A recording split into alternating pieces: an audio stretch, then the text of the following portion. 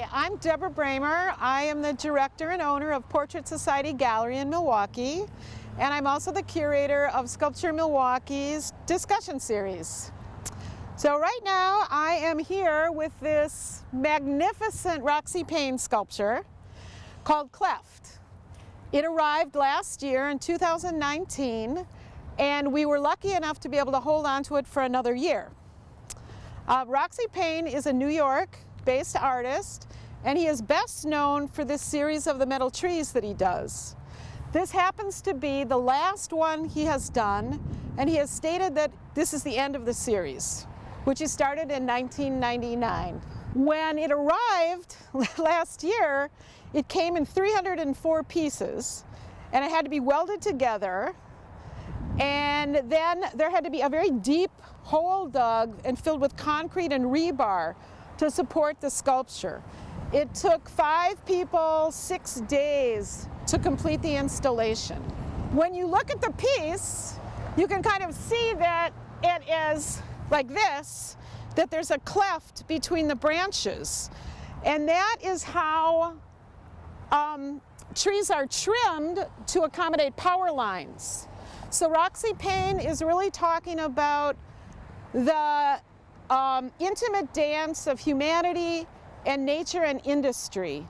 It's interesting that he grew up in suburban Virginia, and where he grew up there was a lot of housing development at that time, and it was encroaching on the rivers and the woods and the fields. And Roxy Paine has said that it was a very crazy space to grow up in. It was kind of neurotic with these two forces going on, and those ideas have influenced his life work, really. So when this Roxy Paine came here in 2019, we did not know that there was another Roxy Paine tree in Milwaukee. So now we are going to go to Sheldon and Marianne Lubar's home and visit with the Lubars and Russell Bowman, former director of Sculpture Milwaukee and the Milwaukee Art Museum, and see how their Roxy Paine tree is sited in their front yard surrounded by birch trees. So it is so generous of the Lubars to allow us this little peek into their world and to see the other Roxy Paine tree that's in Milwaukee. So enjoy, thank you.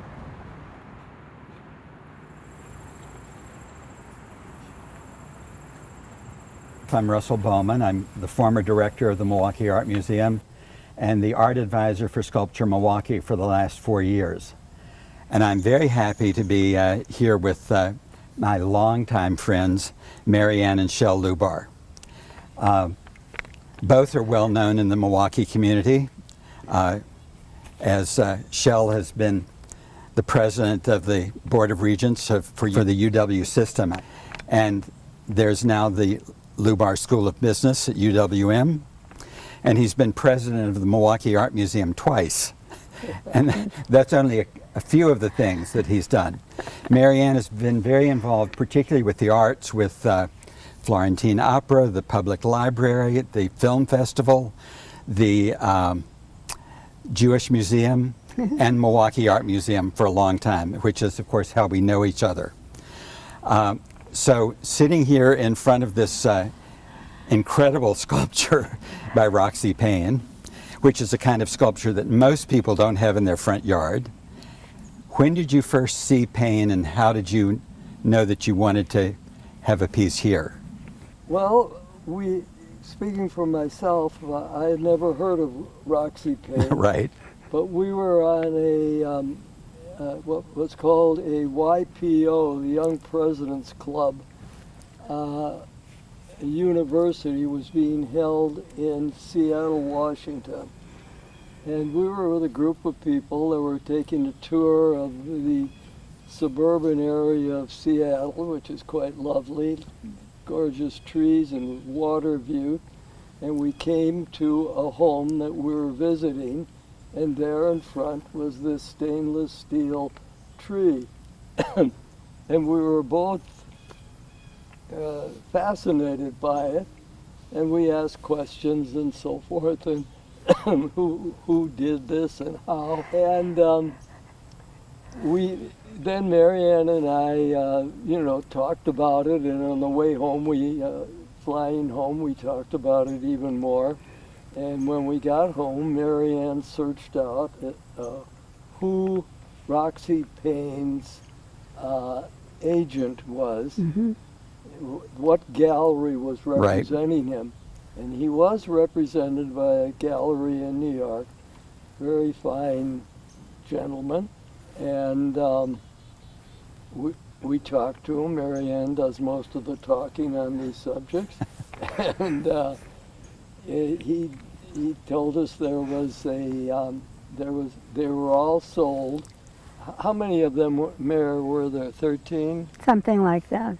I think there were 13, and they were all sold, except there was one that was it was crated, it was in London, and an art collector had bought it, and he was having a bit of trouble with the authorities getting their permission to erect it.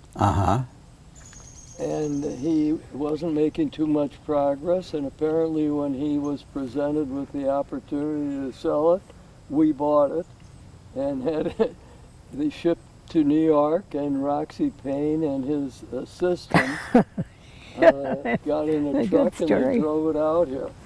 It's incredible. Yeah. And we got a welder, and then our construction company excavated, and I think it's almost 8 feet deep, and it has a concrete base and screws coming up on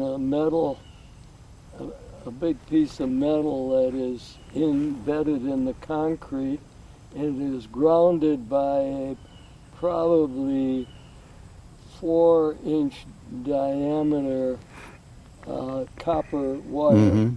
I mean, this would be an enormous lightning rod. Right. Now, we've never seen lightning. We've had lightning here, but I don't know if it ever hit that, and was grounded. But there was about a week of construction that went into getting it placed. Now, Well, that's the whole summary. Marianne, did you know Roxy Paine's work before you saw it? Or, No, I didn't. Because, I mean, the first time I heard of Roxy Paine was in the Whitney Biennial in 2002, and he did one of these trees in Central Park, and I hadn't really known his work before that. So that was fairly early on in his career. And we didn't see that tree. The tree we saw in the house in Seattle was actually a walk up the drive, and it was in a forest of other trees. And it just fit in. It was the most gorgeous view, and the two of us were totally enchanted by the whole thing, which is highly unusual because we didn't always agree on what the art scene. Anyway, and now different tastes. but it was very exciting then as a project for the two of us, and we both knew where it would fit in our yard until it was time to dig the hole without the tree and to try to envision where this tree would go. Right. Especially because we had only seen pictures of the tree. I mean, it's a pretty bold decision It was. decide to buy a 37-foot sculpture and put it in your front yard and Right. not know exactly how it will work. Did you cite it related to the trees that are existing here? Was that part of your idea? Not at all. No? No. Mm-mm. In fact, and we had more birch trees. We've lost some, and we have one left that we're trying desperately to preserve. And every tree person who comes into our yard says, "Do you know you have a dead tree there?" And every other person who's interested in art says, "Oh my God, that's so beautiful with that real birch tree." Anyway, we really didn't have any idea, except we knew it would fit very well in this yard, and it hasn't disappointed us. When Shell said, you know, this tree came in pieces, and if you look at it, you can see all the weld marks. It came in hundreds and hundreds of pieces, driven by Roxy Paine and his assistant, dumped on the lawn, and they spent a week putting it together, and it was just the most fabulous, exciting experience. I think for the tree that's in Sculpture Milwaukee now at NML, it was a little more complicated than that.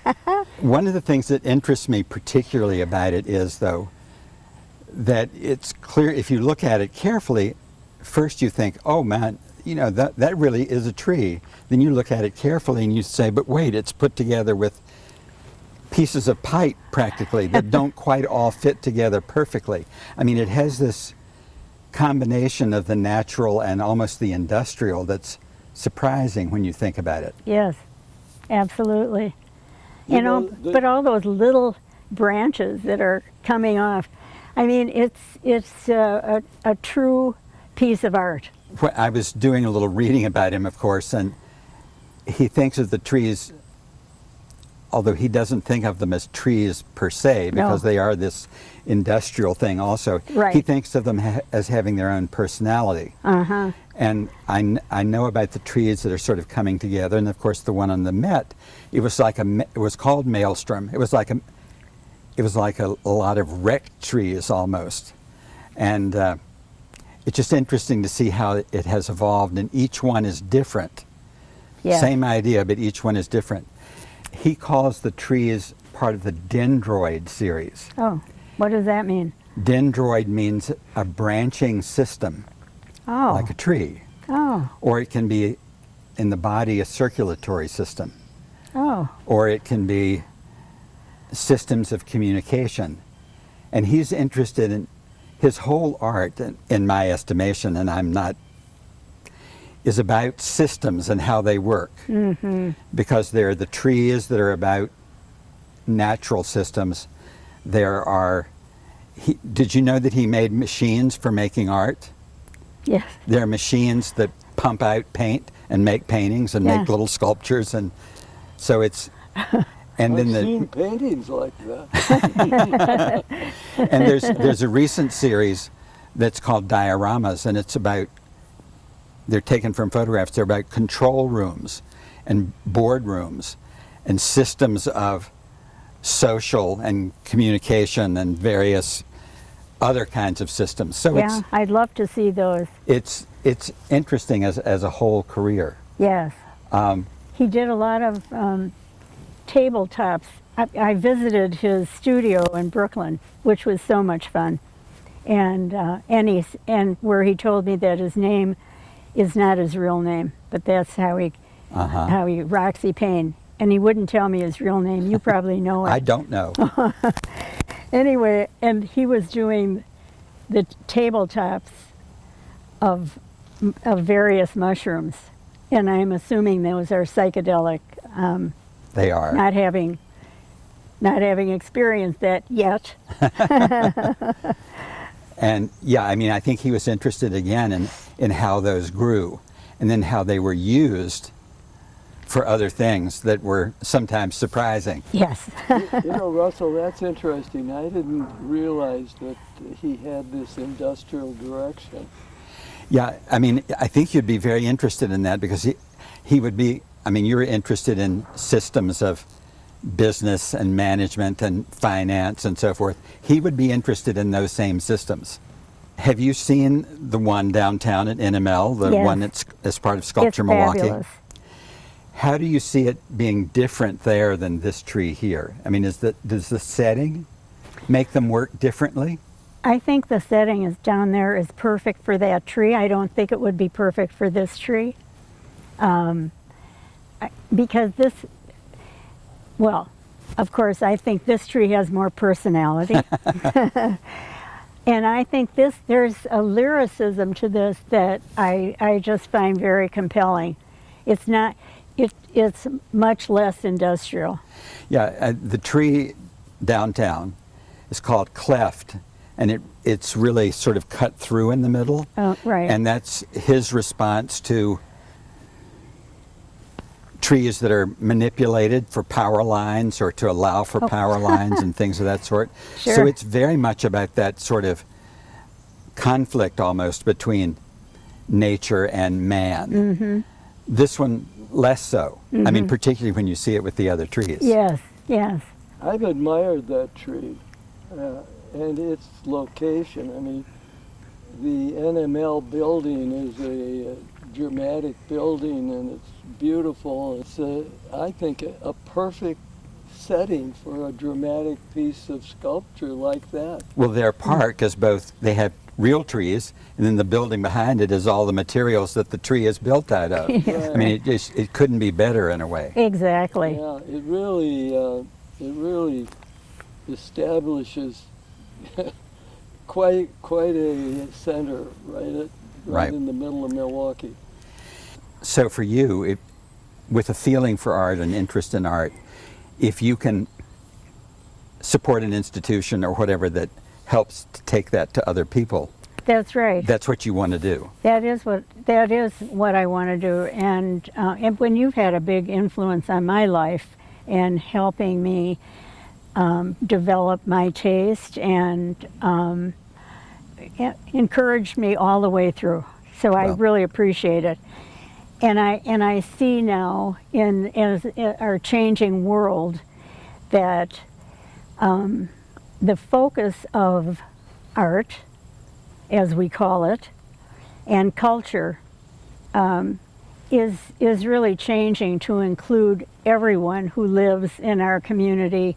So I'm really pleased with the direction that the organizations I'm involved with is going, and so I feel fortunate to be able to help them.